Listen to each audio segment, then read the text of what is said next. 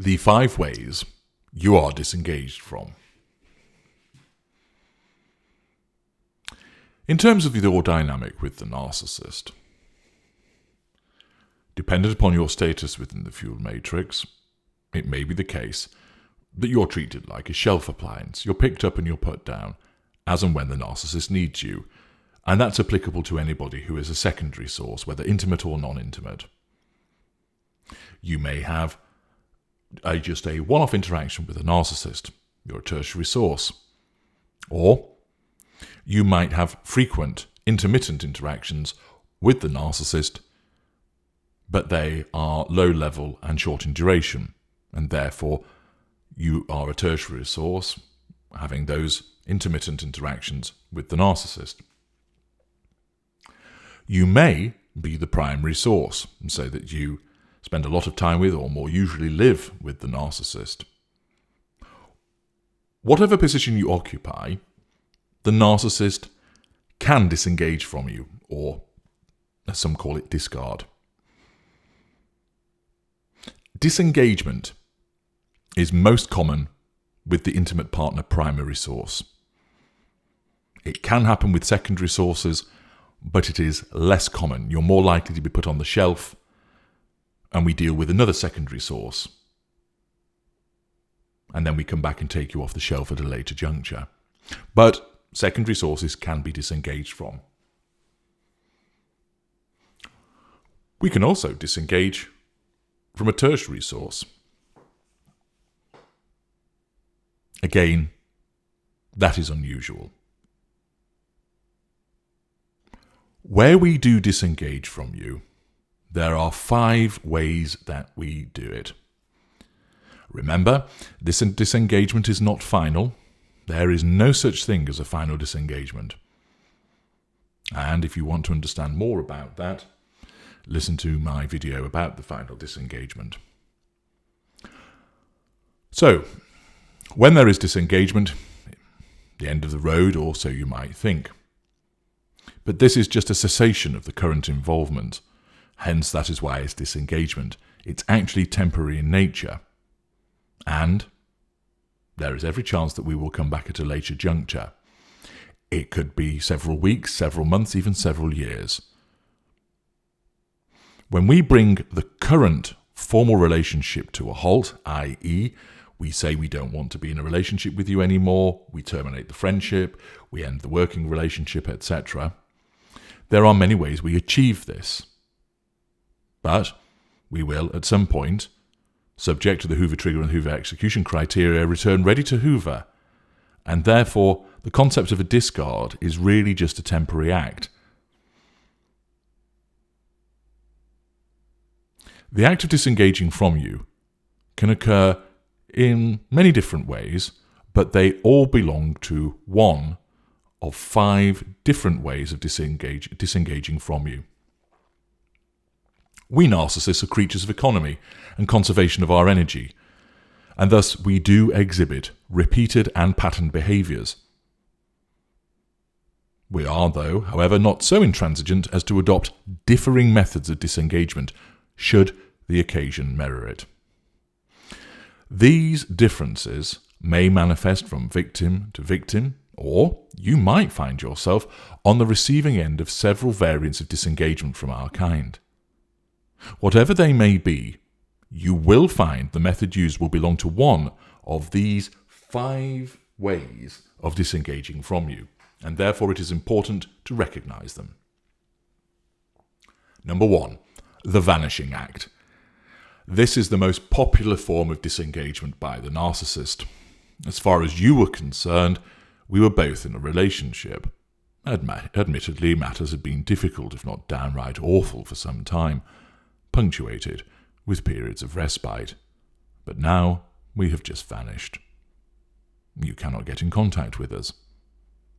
You have rung our number. And, most likely, we will have changed the number or blocked you.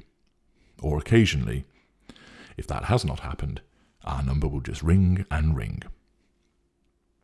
If able to, you have left repeated voicemails asking where we are, each more fraught than the one before it. If you've been able to get texts through to us, they have filled up the inboxes. Inquiries of our friends have proven fruitless. Your calls have always been held up by the switchboard or a secretary at work, and you have seen neither hide nor hair of us. The days accumulate, and there is just a void. The disengagement feels to you like a massive silent treatment. It might actually take you some time before you realise that what actually has happened is that you have been disengaged from. You are not told to your face by us that we are ending the relationship. You do not receive a message from us saying that it's over. Instead, you often find out by learning from somebody else that we've been in a romantic clinch with another person, or you have the misfortune of witnessing that yourself. You keep trying to obtain answers, driven by the emotional thinking corrupting your truth-seeking trait. But such answers are not forthcoming. It is bewildering, upsetting and hurtful, and it is all designed by our narcissism. You may interpret this form of disengagement as appearing cowardly on the part of the narcissist, that we could not even face telling you that it was over.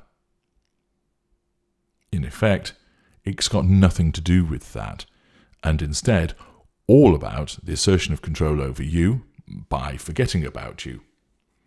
And instead, this form of disengagement happens for the following reasons. 1. We are utterly infatuated with a new primary source which we have ensnared, so he or she is all that matters, and therefore you are reduced to less than an afterthought. You no longer exist.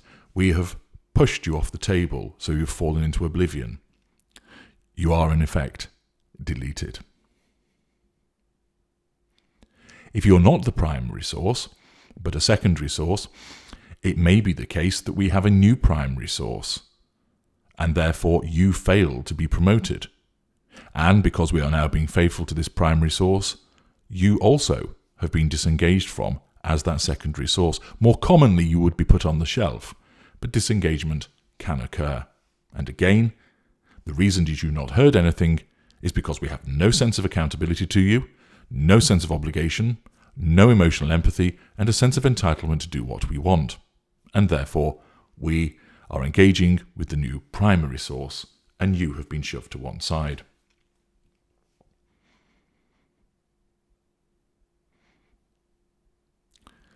It may also be the case that we draw one last burst of fuel from you as the now former intimate partner primary source, or a disengaged from intimate partner secondary source, and we draw that fuel from your frenetic attempts to contact us. We may well see your messages, we may even listen to your voicemails, and we might even watch you desperately knocking at our door as we peek through the blinds. Witnessing all of this does provide us with fuel. We assert control over you through the third assertion of control, staying in a position of withdrawal and ignoring you. Even if we don't witness your attempts to contact us, we will still draw some fuel from knowing how you will have reacted to this callous act, and we draw some thought fuel from it. But this thought fuel does not last for long, and indeed, you do not linger long in the memory. You are jettisoned. We're focused on the new person. 3. The manner in which it is utilised is part of asserting control over you and to annoy and upset you. You are made to feel worthless. You did not even merit an explanation. We see no reason to provide one to you. We are not accountable to you. You are worthless in our eyes because we had to disengage from you. And with our black and white thinking, because we had to disengage from you, we see you as treacherous and traitorous. There's no need to give you the courtesy of an answer. Why should we, after you have let us down? That is the way that we regard you. It doesn't matter how it actually occurred from the narcissistic perspective. You let us down, therefore we chose somebody else, and you have been disengaged from, and you matter no longer. Therefore, we just move on without telling you. Finally, it goes to the idea of our omnipotence. You are but a chess piece on our huge chessboard, and you're picked up and moved around the board, and we decide where and when you move, and indeed, where to flick you off the chessboard. The second way of disengaging from you is known as the savage strike. This is where you are told that the formal relationship is over. We don't want to be your boyfriend or girlfriend any longer. The marriage is over. The friendship is at an end. The work relationship is terminated. There can be no doubt in your mind with this particular disengagement compared to the vanishing act. You are told in no uncertain terms that it is over, and you are told precisely why we have decided that it is over. Here are some examples. I am sick of the sight of you. You are pathetic, and I realize I cannot be with someone like you. You are selfish. I do so much for you, yet you never even think about me. You think more of the children than you do of me. You've put weight on. I'm repulsed by you, actually. You don't make any effort anymore. You dress down. You never do anything, and I hate it when a bitch lets herself slide. I need to grow, and you're holding me back. I've found someone now who truly understands me. I know this may come as a shock, but I have to act in my best interests, as you have not. I just don't feel that it's working for us anymore, and I cannot burden myself. I have tried, understand I have tried, but I can't see a way forward, and the best thing for me to do is to let you go. You are a parasite, and I cannot stand you taking from me any longer. The variances of the savage strike accord with the school of the narcissist. What I've described there are but a selection of the horrible and harsh words that will be thrown in your direction. You will be the one to blame for the demise of the relationship, because by blaming you, we remain unaccountable, which allows us to assert control. We have been forced to take this action, and now we hate you for it. We will insult you, label you, and lash out with a verbal tirade. This is all based upon the foundation of truth from our perspective. The approach of the savage strike is adopted for the following reasons. 1. To assert control over you by directly putting you down. 2. To obtain fuel from you by making you upset and angry, hurt and fearful. 3. To identify things which are wrong with you, to provide us with a degree of plausibility about the reasons for getting rid of you, which will then cause you to obsess about them. This undermines your confidence and means that you will in all likelihood struggle, along with everything else that we've done to you, to move forward, which makes hoovering you easier. Understand, the greater and the ultra narcissist knows this is why it's being done. The lesser and mid-range does not. The unsettling of you, the undermining of you is a collateral consequence of their behaviour. And at the time they do it, the lesser and mid-range narcissist is not actively thinking, I know, I will say these things to her or him so that they're upset, so to make it easy for me to hoover you in the future. At the point of disengagement, the narcissist wants you to vanish off the face of the earth. The narcissism, however, utilises what has been done to you in the past as in an advantageous way when we come back at a later juncture.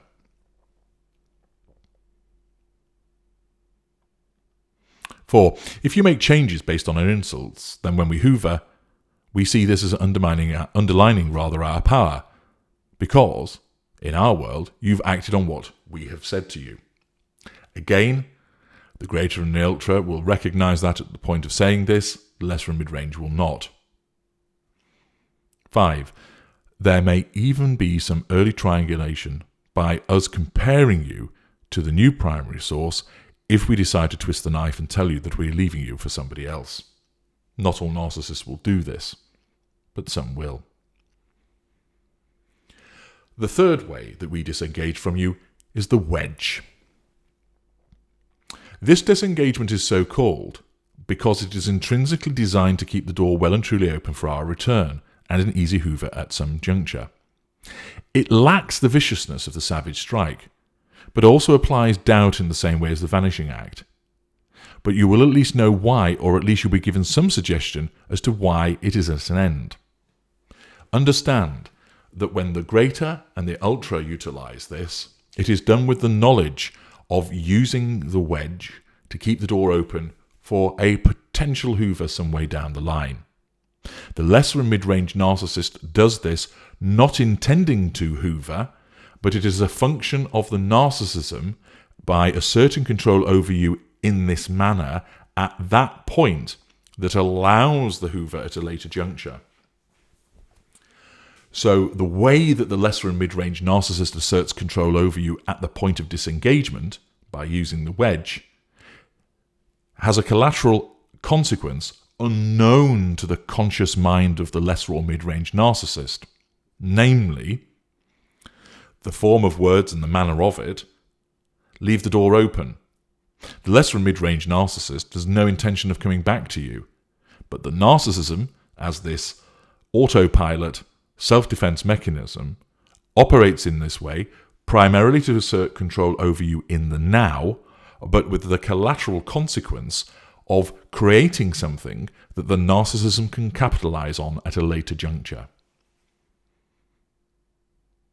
With the wedge, expect to hear comments such as, "I need some space. I have a lot on and I need time to deal with these other things. I'm not sure what I want at the moment. I need time apart to figure a few things out. I need to understand who I am." They're typically vague and amorphous, and of course, invariably your response will be to, "I don't understand. Well, maybe I can help you with you having a lot on." Or, "Surely you want me, you always said that you did, what's changed?" And this creates the confusion and bewilderment in you. Invariably with the wedge, the narcissist will not point to anything specific, but instead we will rely on amorphous and vague observations, all roughly revolving around needing time and space. The ideas behind this form of disengagement are as follows. 1. It makes the narcissist seem like some kind of deep and troubled soul. Mid-rangers particularly like to use this, which is both intriguing, so keeps you hanging on, and draws sympathy, which is fuel. 2. It keeps you hanging on, and thus enables us to hoover you at a later juncture more readily, because we make it sound that it is temporary in nature. You actually are being disengaged from. But to you, it doesn't really sound like the relationship is over. It sounds like it is an interim position that it's being placed in. We make it sound like we just need time to work things out, i.e., move on with the new primary source, and therefore you're given the hope, which is a form of manipulation, that we will come back, and fairly soon. We will, of course, come back at a later juncture, subject to Hoover execution criteria and the Hoover trigger, but for now, we deem it as really over, because we're moving on with someone else. It creates doubt and confusion, so you will not move forward, but instead you will hang around, waiting for our return. 4. You will keep trying to check in with us during this disengagement period, and if you do, you will end up giving us fuel, and it will allow us to triangulate you, to control you further, so that when you realise that we're with somebody else, we may turn to you and just say, "Oh, she's just a friend who is helping me gain perspective." That person isn't. They're our girlfriend. But we don't tell you that in order to control both you and enable us to gather fuel from you. Number 4, the golden wedge. The fourth method of disengaging from you is similar to the wedge, but you actually receive a host of backhanded compliments as part of the leaving speech when we disengage from you. You will hear things such as, "You have been nothing but good for me, but sometimes it is too much, so I need a break. You've done more than most, but even that has not been enough, and I just need some time to figure things out. You are wonderful, wonderful in so many ways. I love you, but I am not in love with you, so I need to be apart until I get that feeling back. Nobody is as special as you are, but even then, it is too much for someone like me, and I need to stand back and decide what I need before moving forward. I know that you will understand. You will always do. Recognize that this is the hypocrisy of the narcissist in action. If you really are that special, why are we getting rid of you? Answer: you're not actually that special. You're just being told that as part of the golden wedge, in order to control you. Think of it as the age-old letting somebody down gently. Horseshit. Akin to the wedge, the golden wedge is intrinsically designed to 1. Have you think we are still wonderful because we've been so complimentary about you, even though we are ending the relationship. This is a little bit like us thanking us for punching you. Invariably, fuel will be forthcoming from you, and it helps us maintain the facade with other people. Yes, he ripped my heart out, but he did it ever so nicely with a smile and a pat on the head. Number 2, it's designed to sow doubt. If you are so good, why then are we ending it? This will confuse you and you will not be sure how to react. Vague and amorphous answers, once again, are provided by us, which in effect keeps you hanging on. We don't want you near us, but we still want you in a position whereby you remain connected to us. And this shows how we are not attached to you, we've disengaged from you, but you are allowed still to be attached to us. 3. The terms of departure are as amicable as possible, meaning that the eventual hoover is very easy. Remember, my observations about the difference between greater and ultra and lower and mid-range remain applicable here. 4. You retain hope, that misleading mistress, and you keep checking in during the period of disengagement. You kick the hornet's nest, we are given an opportunity to gain fuel from you, put you down, triangulate you, etc. 5. The facade is maintained. Finally, the 5th method by which we disengage from you, the false disengagement. This isn't actually intended to be disengagement, although if that does actually happen, that being rare, we still manipulate the situation so that it turns out to be a win for us. We will appear earnest and upset as we trot out such comments as, "This isn't working, is it? I can see I am hurting you. Perhaps you should end it." Or, "Just let me go, please." Or, "I'm not good enough for you. Please do the right thing and end it." We've taken this as far as we can. It's been wonderful, but I think we should draw a line under it, don't you? Please, just put me out of my misery. I cannot do this to you anymore. The intention of this is a direct assertion of control to cause you to be alarmed at the suggestion that the relationship should end, and therefore you will pour more fuel our way and submit to our control. It allows us to assert more control as we extort from you your initial submission and obedience as conditions for us staying. We hold you to ransom. Accordingly, we make you upset and anxious before agreeing to continue. We have gained fuel, gained new concessions from you, asserted additional control, and we've sowed the seeds of doubt that will keep you on your toes going forward.